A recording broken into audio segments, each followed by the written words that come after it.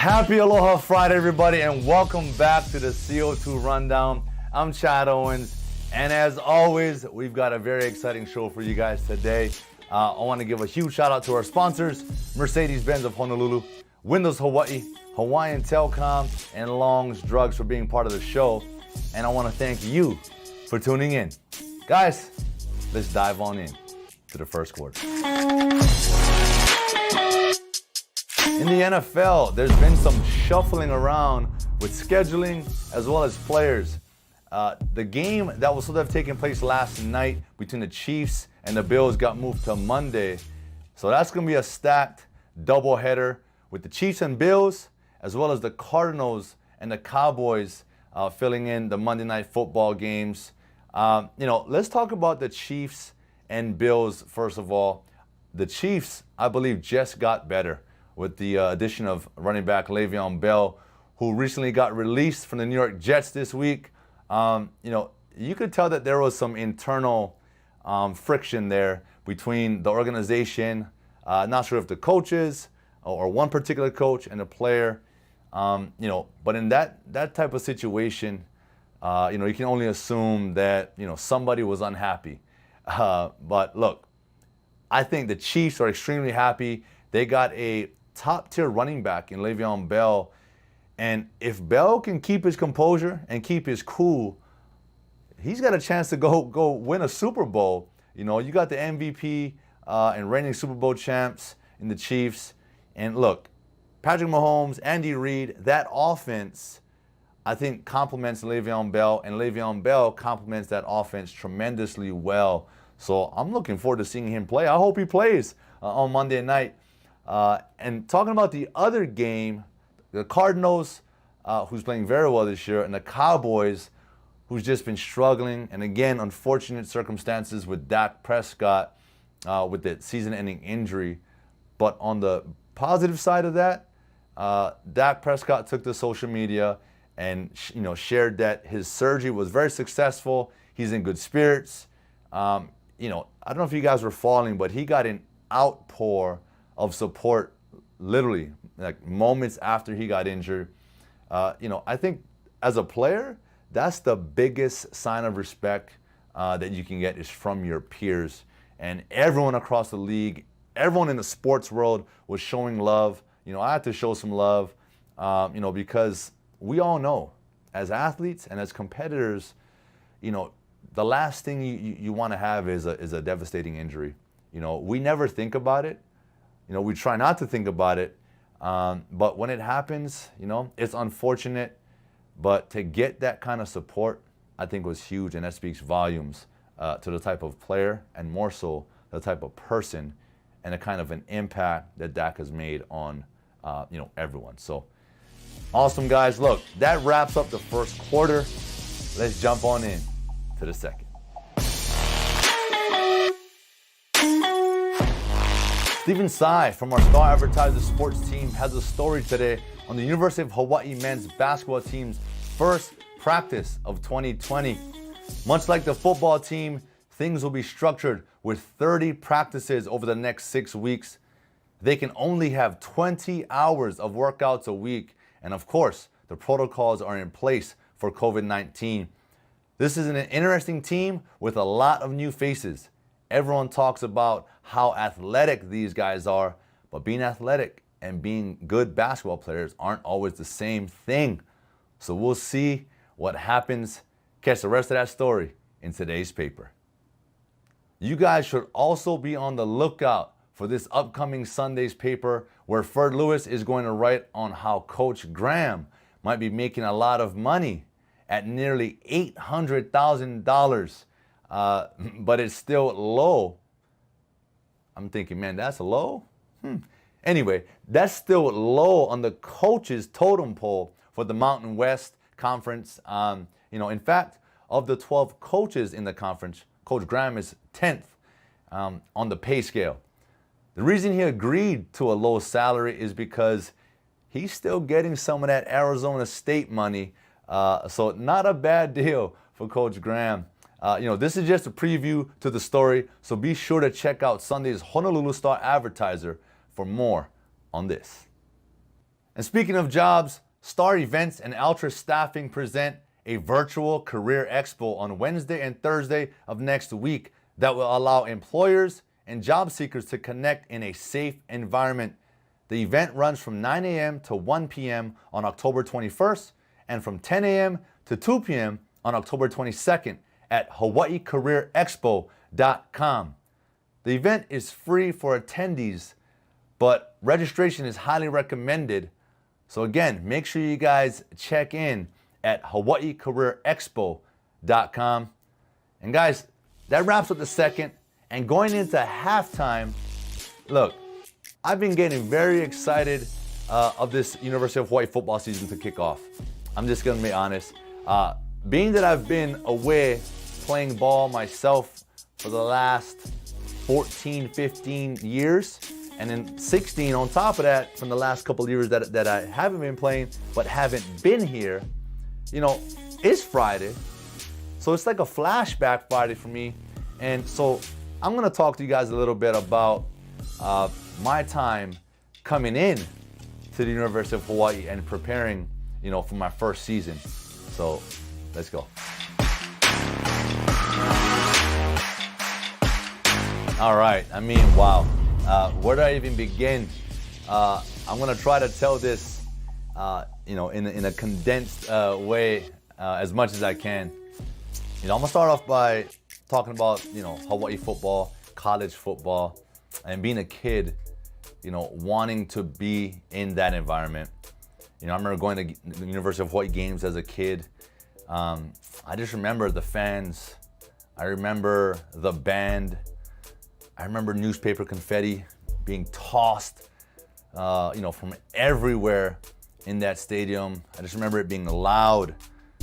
BYU rivalries, so much excitement around the game and around the team. You know, it's Hawaii's pro team. So that was my childhood sort of like motivation to want to get there. And I said, I'm gonna play in this stadium one day. You know, and I think every kid sort of has that dream in there as they're at those games. It's like you're amazed. It's like, wow. You know, you start visualizing yourself being that guy. You know, and for me, I think going through the process, you know, as a young athlete coming up, playing all sports, going to Roosevelt, going through that process, playing all sports, and really sort of excelling the most at football. You know, I saw college in my future, or at least I wanted it.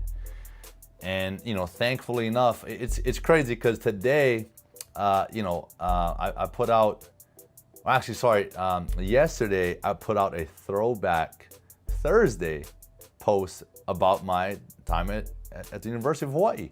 You know, getting my first print ads as a player. You know, I was on like the cover of the season ticket thing. You know, it's pretty cool seeing your picture on something like that.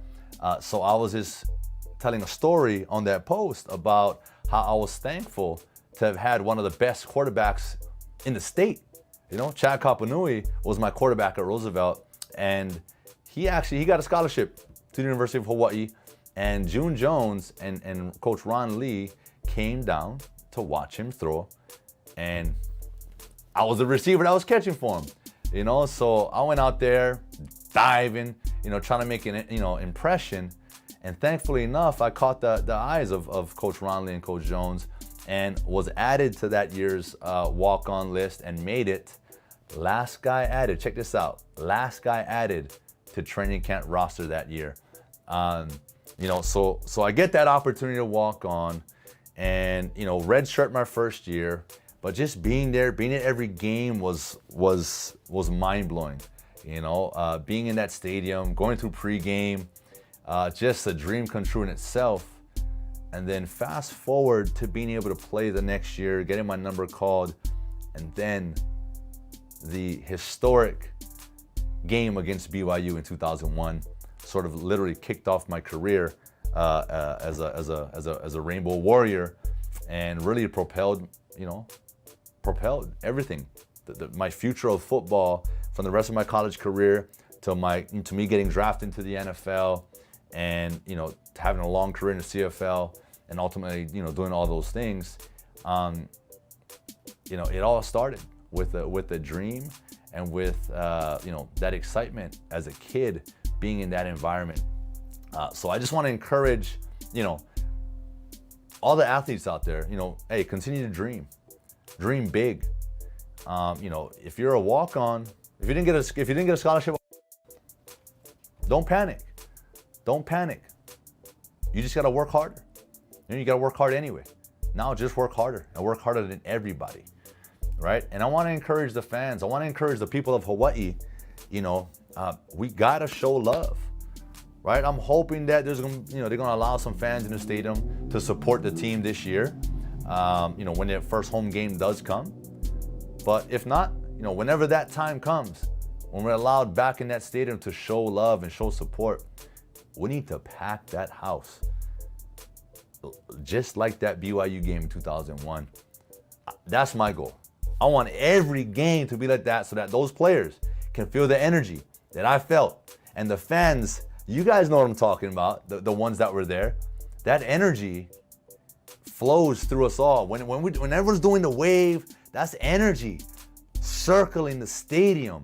And that's intimidation for the opposing team. So look, that's the condensed version. I appreciate you guys so much. I can't thank the fans enough. I can't thank my fans enough. I can't thank all my teammates and coaches enough for just for the years, man, and the memories. And I'm looking forward to experiencing this year and the future of Warrior football. That's it for the halftime, guys. And I just want to give another thank you to our sponsors for making this show possible.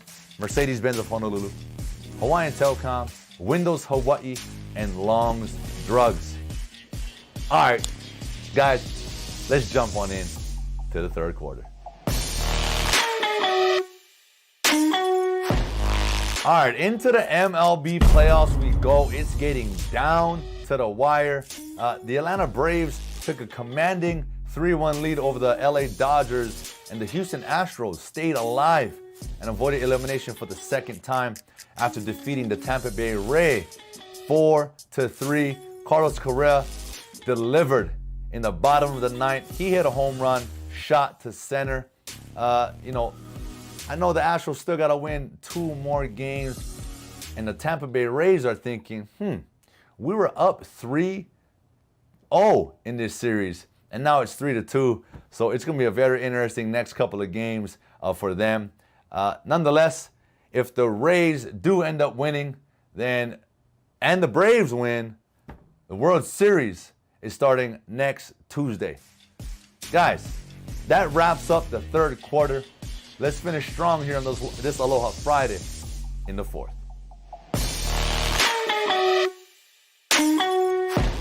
And in some NBA news, Tyronn Lue has agreed to a 5-year deal to replace Doc Rivers as the head coach of the LA Clippers.